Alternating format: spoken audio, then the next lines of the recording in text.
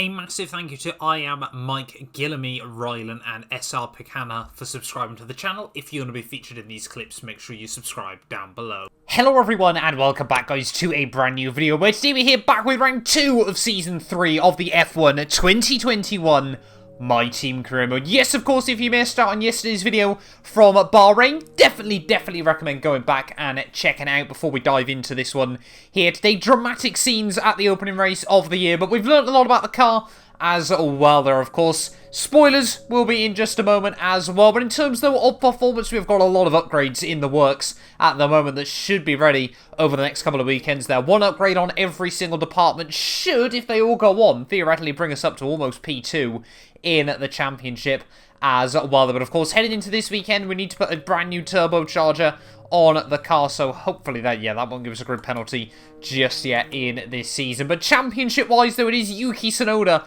who leads the way for the very first time in Formula 1. The battle between Mercedes and McLaren, though, is going to rage on throughout the entirety of this year. I can already tell there. Ricciardo ahead of Lando and Lewis Hamilton there, and you can see Charles Leclerc and Valtteri Bottas P6 for Williams as well, though. That was a fantastic job done by him. We're sat P7 in the Constructors' Championship, courtesy of Jenson Button's point at the last Grand Prix there, but of course we're down in P21 in the drivers' standings as well there. Let's just fast forward then, see if all these upgrades do successfully go onto the car as well before we dive into the weekend. There is the front wing lower end plate, we'd love to see that. Are we going to be able to get any more upgrades though? I don't think so. We've got to get through the season break before we head to the Spanish Grand Prix there, so we'll dive through that. New parts come through the fabrication process. We'll have them with us for the next Grand Prix. Love to see that. So it has left us P4 for now, but fingers crossed, obviously, once we get a few more activities. We've done all the activities we possibly can before the next Grand Prix weekend here. Hopefully all of the last upgrades do go on the car. There is the brake discs, there is the intercooler, and no to the durability. To come through, but some of them have failed quality control. We'll need to tell the team what to redevelop via the R&D screen. That's not too massive, of course. Doesn't actually affect the performance in whatever way. There are only 400 R&D points to get that sorted there. Have we got any more upgrades we can do? We'll go with the fuel flow regulator as well. That should bring us a little bit more luck ready for Monaco there. But I mean, now third best car in Formula 1, just behind McLaren and Mercedes. Fingers crossed this weekend we can really fight this thing. We got an event to go to. Like your input on. So, the team requested Button's present at a recurring meeting, but it conflicts with a couple of other items on the calendar. We know that there are a lot of demands on time, but this is vital. So, second driver experience -7, but an aerodynamic morale. Or we can up Button's experience by 7 and lose 20% of the morale there. To be honest, I think we need his experience for the extra R&D. Apparently we can. I'm guessing because his experience is too high anyway. To pass on their thanks for helping out. Well, I guess we couldn't really do a lot there, so we won't worry about that all too much. But last few things coming in then, ready for the Spanish Grand Prix. A lot's gone on before we can get into the first race. They'll be on the car ready for the next race weekend. We've got enough money as well to quickly go for the new facility upgrade, so we will go with the aerodynamics as well. That should be ready in a couple of races' time. A lot going on before Spain. Let's finally get in then to this weekend. Really just hoping for a nice non-dramatic weekend here from the Spanish Grand Prix. Hopefully now we can see what the car's capable of at making, at the very least, Q2. And really now, I think, yeah, we should on paper be making Q3 week in, week out now. But let's just wait and see. Don't want to get too far ahead of ourselves. Purple score? Purple score. A lot of you guys commented on yesterday's video saying the car seemed rather snappy and sensitive here. But I must admit, for me at the very least, this thing definitely feels a lot more drivable here at the Spanish Grand Prix. Of course, that is one of the big things that define a championship winning car, is just the sheer drivability of it, feeling like you're hanging it on the absolute edge. Bit of a wobble out the final corner, but another purple score. Probably wasn't the best example last time through to say that this thing feels a lot more stable this weekend, and then get a huge snap of oversteer through the final corner, so fingers crossed this time round. So we head through the final chicane here. Have a little bit less dramatics there. At the final corner, it is going to be the full 600 R&D points here from practice. Let's get into quali.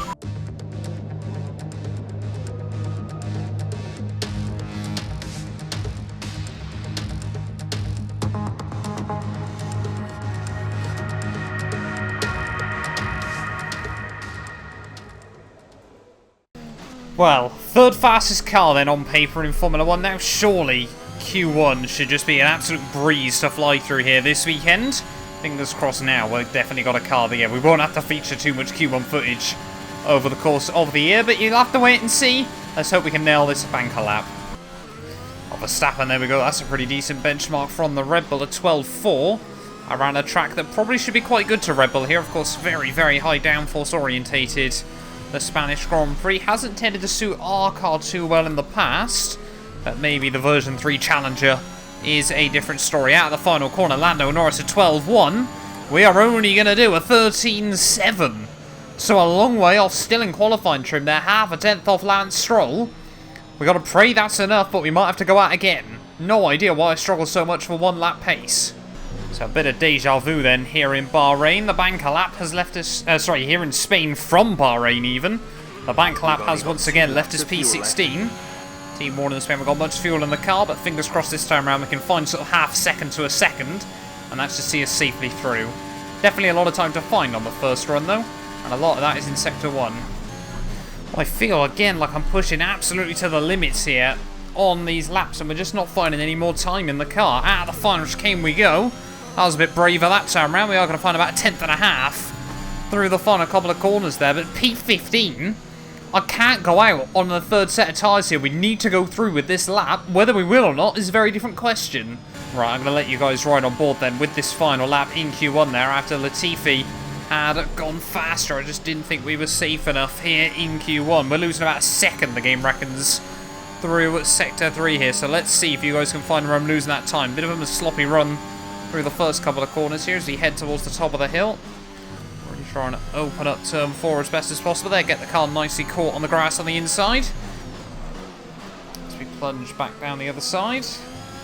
Trying to roll on the power as best as possible here. I feel like, yeah, I'm pushing the thing to the absolute limit here over one lap running there, and still about a tenth down as we head through the infamous turn 9. Bit of a wobble there from the rear end, but still, where are we meant to find a second in this final sector? You guys tell me.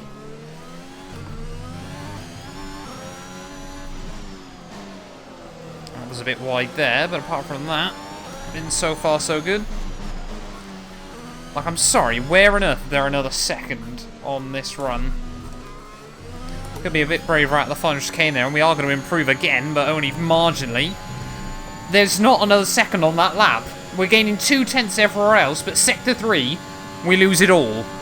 Look at that, you can see Daniel Ricciardo down in the 11.6 at the end of Q1 there, but we're down in P16. We do just about sneak it through into Q2 again there, alongside Valtteri Bottas. I think it's exactly the same cars out in Q1 for the second weekend running there, but only half a tenth quicker than Latifi. And like I said, we're gaining 2 tenths in Sector 1 and Sector 2 against our teammate, but a second lost in Sector 3. I know I keep saying it, but what are we meant to do?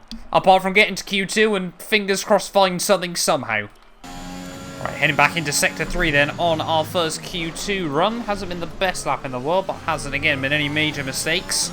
Just, yeah, feel like, where is there going to be another second on this lap? Spain I've never been particularly confident around, but that is got to be ridiculous. Round of the final chicane though, that was pretty good. Oh, a little bit wide on the X there, almost dipped a wheel in the gravel, but we got away with it. At the final corner, up towards the line, it's a 13.8 still. Slower than Bottas, slower than Mazepin. Are we going to be out in P16 once more? I think it's looking likely. Right, final run then here in Q2, and it seems like Nikita Mazepin is the only car that we should sensibly be able to beat here. We need about another half a tenth to a tenth to try and get ahead of the Russian driver there. Seems to be the only one that doesn't have a ridiculous Sector 3 time either. So as we head out through the first couple of corners, definitely has a couple more tenths to find around the rest of the lap just by keeping it a bit tidier. But on a couple of dead sets, it's going to be difficult. Final corner, we're going to be 2 tenths up at the end of our second run here, so definitely still finding a bit more time. Leaves us P15 though, there was nothing more I could get out of the car.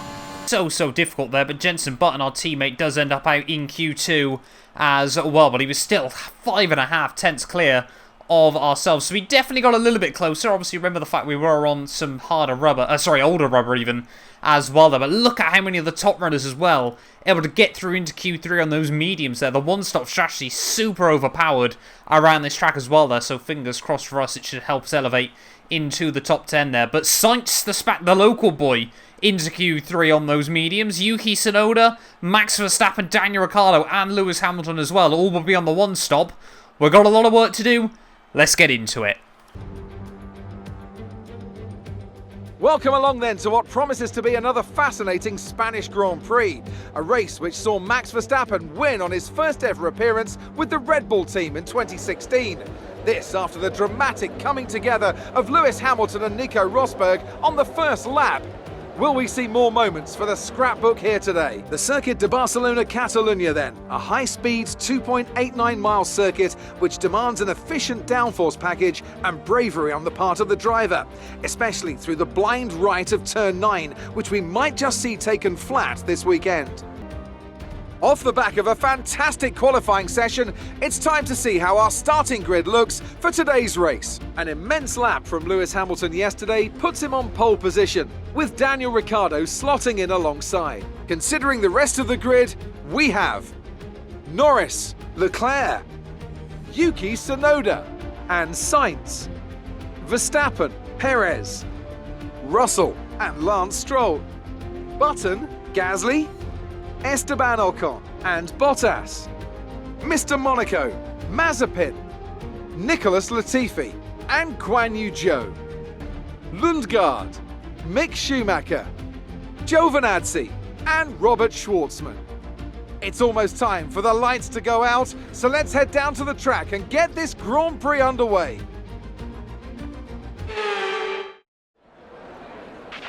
Okay, here we go. I know what you can do. Don't let me down. Right, well here we are then, on the grid, ready for the Spanish Grand Prix, round 2 of the year. And the team have definitely got the strategy bang on there. Mediums to hards is definitely the way to go here in Spain. Of course, this was the track Lando Norris took his and McLaren's only victory for us back on F1 2020. If you remember back in the My Team series there, a shock win early on in that campaign. Whether he'll be able to do the same today, only time will tell. But not on the optimum strategy from Lando Norris. The safety car might be key to make his Grand Prix there. If he can get into the lead down towards turn 1 though, obviously starting on the second row, maybe, just maybe, he's got a chance this weekend as well here. But getting ready then on the grid for round 2 of the year here from the Spanish Grand Prix. We need a good little start as well here. Got to make up places on that one. 5 red lights.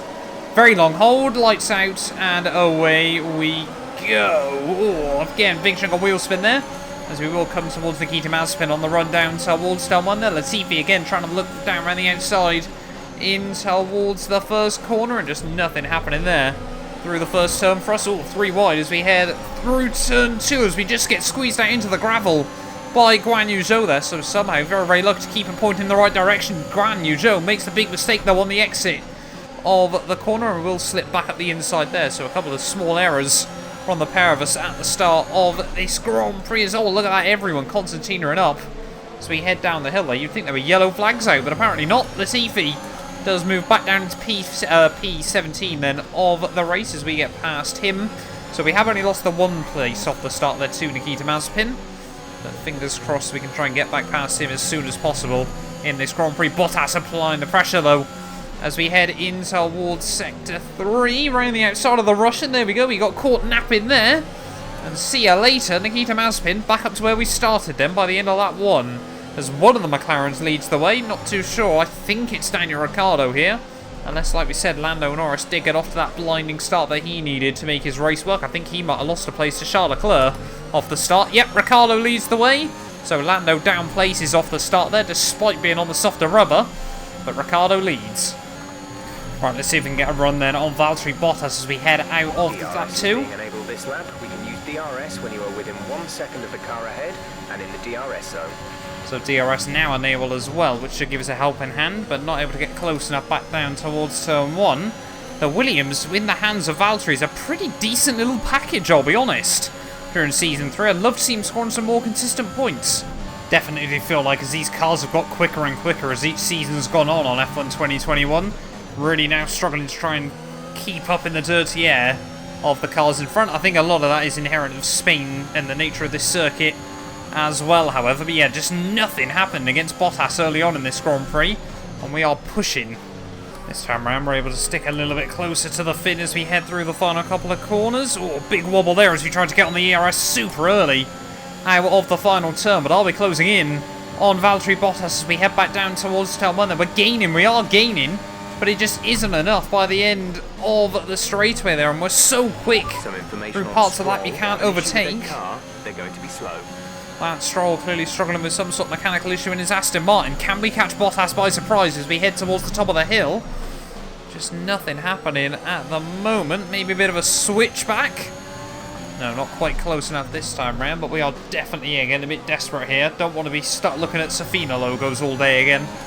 And now at the end of lap 6, you can see there is now a big train forming behind Lance Stroll for the final points-paying position in this Grand Prix. Clearly, Stroll, yeah, struggling a lot in that car there, as we have got our first pitter as well of the day. We can just see cars fanning out left, right and centre as we head back down towards turn 1 there. Perez, first man into the pits, normally very good on his tyres, but apparently not this weekend.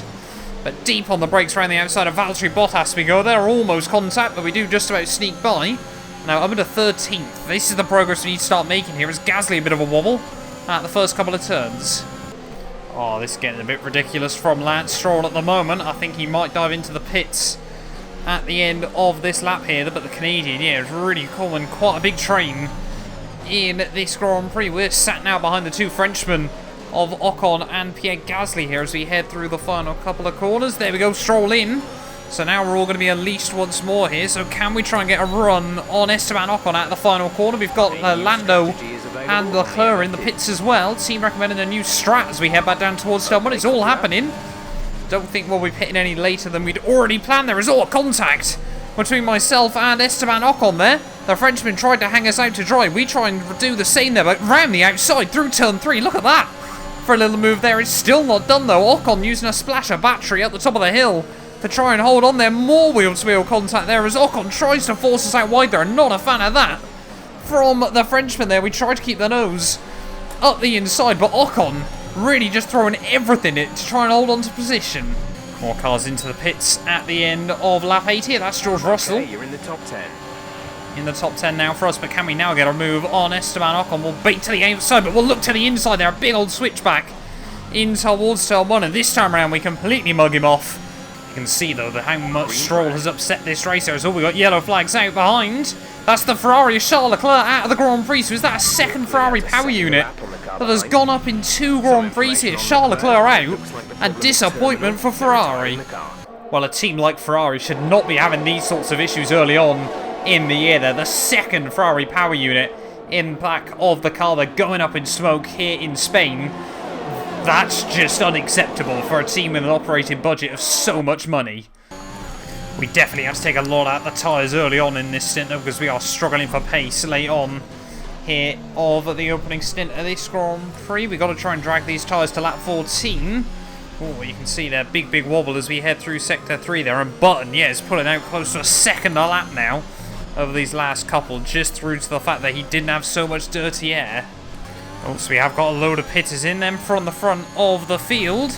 So where are we going to re-emerge in this Grand Prix? Look at that, we basically lost a pit stop to the top, guys. I'm going to get some slipstream here as we go side by side with homeboy Carlos Sainz back down towards turn 1.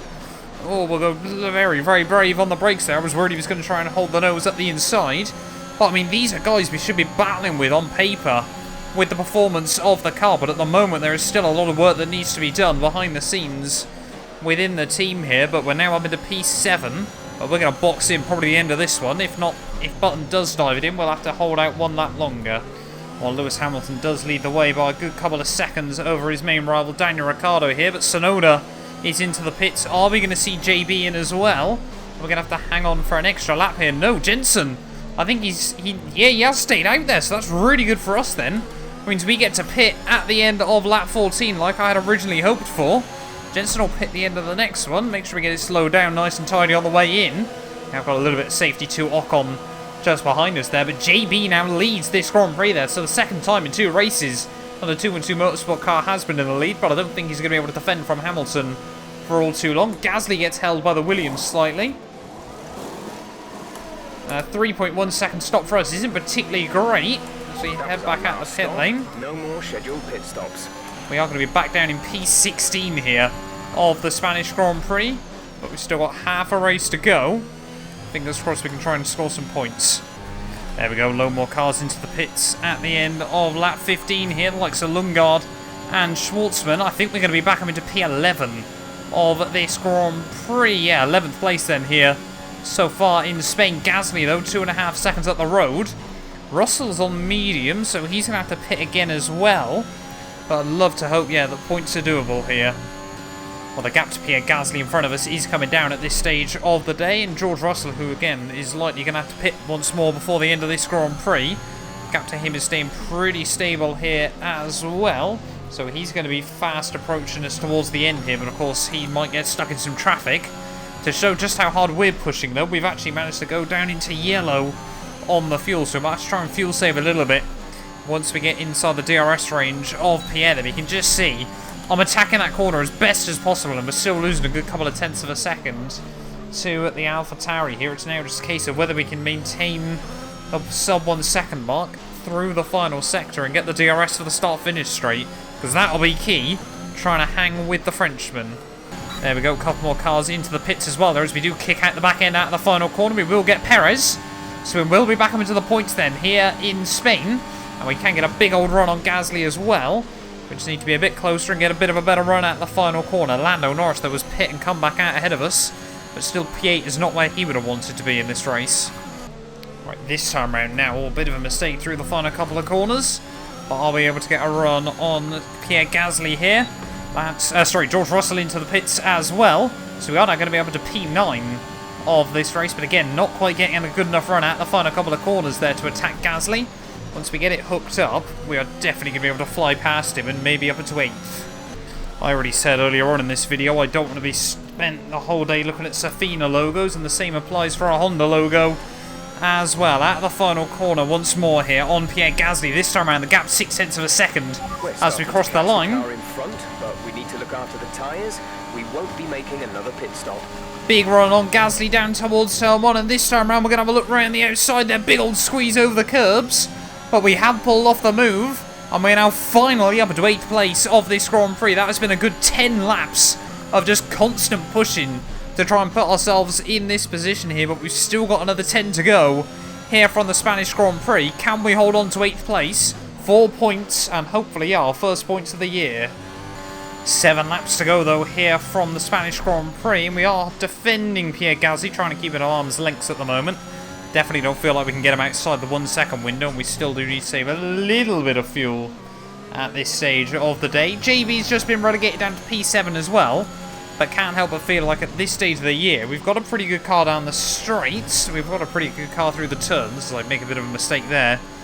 Perhaps we might need a bit more aero. I think what we really need to work on is the chassis, just being able to have that confidence with the car. It still feels a bit twitchy in a couple of places here, and just that quick change of direction, of course, that is key in Sector 3 here as well. We need to work on some chassis upgrades, I think, to really then have a car that can challenge at the front. And now we're just 5 to go here. I've noticed Perez waiting in the wings behind Pierre Gasly. Gap to the car in front is 16.8 seconds. Gasly might be able to get a bit of a run on us back down towards turn 1 there, but we need to use him to try and keep Perez at bay in the dying stages here in Spain. Be rather useful. I'm sure if it was real life, they'd probably tell Gasly let him by and let him have a go at him. But yeah, we need to hold on. Jensen, though, still putting out a good half a second a lap here over us. Clearly has taken better care of his tyres this weekend. I think you're going to start losing some tyre grip around now. About to head on to the final lap then of the Spanish Grand Prix here, and we are now under immense pressure from Pierre Gasly and Sergio Perez here. We're able to use the battery out of the final corner, but are they going to be able to get a run back down towards turn 1 there? Look at that, Gasly using all the battery he's got available to him in that AlphaTauri. We're going to have to keep the nose up the inside there. Very, very aggressive late defensive manoeuvre there. And Gasly does hold on ahead of Sergio Perez here. Hamilton comes through to win the Spanish Grand Prix as well there. But it's all kicking off on the final lap here as Gasly and Perez going side by side down through Sector 2 here. Surely this might give us a bit of a chance to get a breakaway and some safety here, unless Perez can move past him. And then I'm sure Sergio will be trying to attack us in the final few corners of this Spanish Grand Prix. Look at that, Perez has made up 1 place. Is he about to make up a second one here, as we can't afford any mistakes through the final few corners here of the Spanish Grand Prix. Tyres are completely gone, and look at that, Perez has got a run.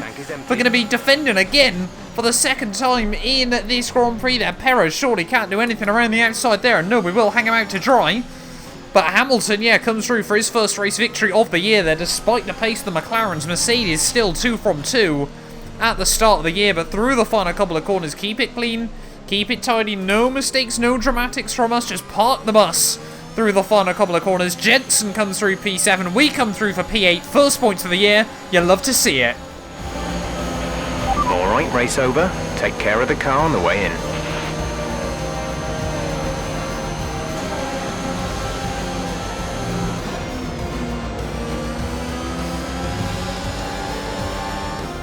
They've done it then. A spectacular victory here in Spain and a massive confidence boost going into the next race. Talk to me, Ant. What was it that set them apart from the competition today? I really feel the track layout combined with the track temperatures we saw today suited their car. These cars come alive when the tyres are just at the right temperature, and the driver did a great job managing that as well. They just look so comfortable out there. It's like anything, it always looks so easy when it all just clicks. So after a magnificent race, we can now see the drivers making their way to the podium. Once again, it's the Silver Arrows who take top spot, a well-earned victory for Mercedes.